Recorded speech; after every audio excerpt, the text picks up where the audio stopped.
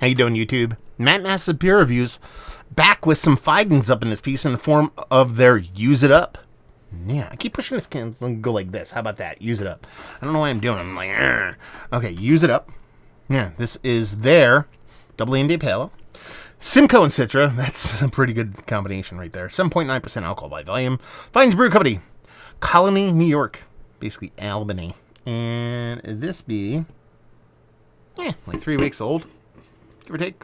Comes courtesy to my boy Corey. Thank you very much, Corey.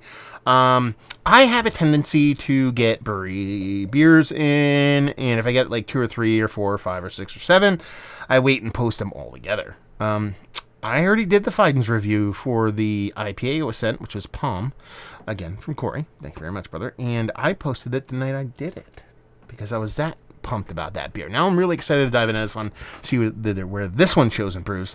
Otherwise, it's kind of like their MO, super simple, not too complicated beer-wise. It's kind of like the way the other one looked, just super dense, like super dense. But that other one ended up coming out super like 2x4 to the face. Oh no, sorry, I said American Gladiator Q-tip to the face. Kind of impact on that one, and it kind of worked. So let's see how this one goes. Index finger, just south khaki colored, pretty neurotic bubbling, and our head and all that fun verbiage. Words are hard, and just dense, man. It's orange, but it's like orange, like amber orange. Like you're gonna find like dinosaur mosquitoes in that sucker. Anyway, yeah, it feels heavy too. Let's get a nose. Not a big nose. I mean, the other one, the nose was overly gigantic on that one, but it had this kind of density to it, this richness to it. Well, this one comes off dense. I know you're like, asshole, you can't smell weight. Whatever. It's a thing. You know what I'm talking about. Perception of a hefty beer. Melon, not hyper sweetened, like ripened kind of mango melon kind of vibes on it. Nothing huge green, even though I think it's going to be a bit green on the taste. And just comes off much less than an 8 and change or 7.9%, an 8% double IPA. It comes off more to me like 6%. Actually, the other Fidens that I had coming off much more vibrant in the nose. So not a negative nose by any stretch, just not a super aggressive kind of nose. Let's dive in. Cheers.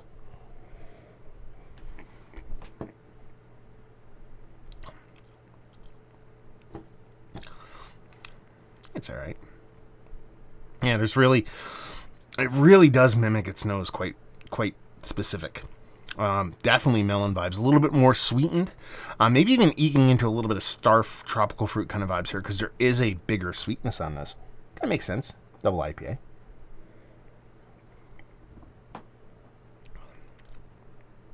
There's not big, but there's a decent carbonic acid thing here. If that was paired with a ranky-danky green or a little bit of kind of scaling the onion, and I think those things are here, but not in the levels they need to be, that carbonic acid would just take those elements and prop them up. Here, those green elements, those ranky-dank elements, are small enough to where I think the carbonic acid kind of trumps them a little bit and makes it a little bit seltzer-y in my taste. There's a big, huge, dense mouthfeel. Still comes off kind of drinkable, though. It's not, there's a subtle chalkiness to it, but it's not like anything like goopy or ultra heavy is what I'm saying. So it's not like it's an unpleasant mouthfeel, but when you take the mouthfeel that you have here, you take the sweetness that you have here, which I think is more than appropriate for this ABV level, and then you just kind of missed a mark, both in a fruit expression kind of way. That's what you're going for these big hazies. Simcoe, Citra, you know. I guess there's a little cappy thing going on. It makes me a little reminiscent of years past, so I kind of dig that. But you lack that kind of fruit component here, and then you lack that kind of hop green. It doesn't have to be like weedy green, capulin, grassy, whatever kind of green.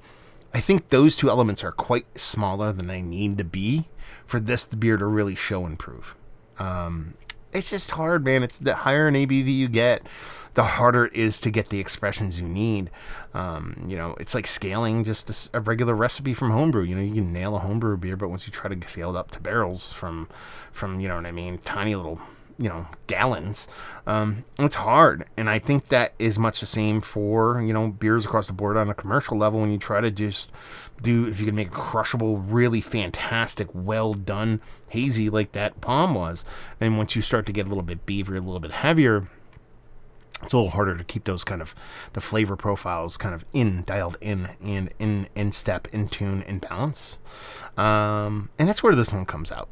Yeah, again, not a negative beer. I'm not going to sit here and say this is horrible by any stretch of imagination.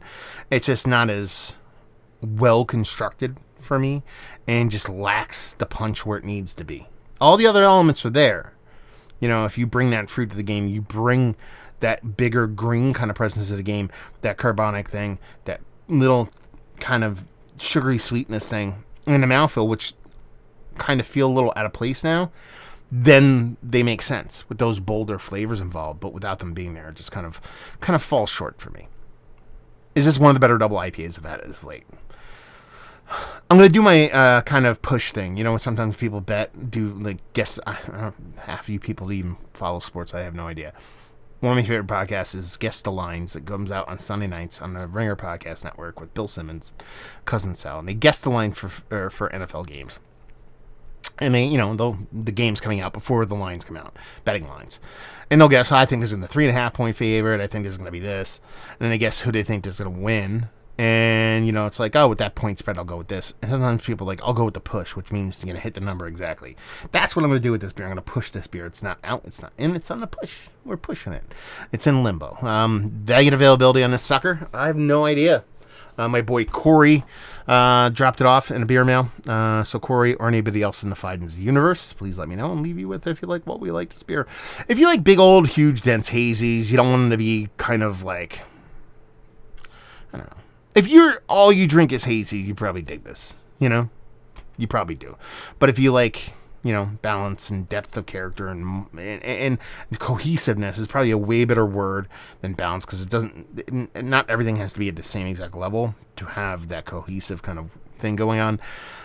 It might not be the beer for you, but if you love hazies, you'll probably dig this. There you go. Review in the books. Hopefully you guys enjoyed it. Down there if you want to talk about it. Massive Beers if you want to check me out doing the social media stuff.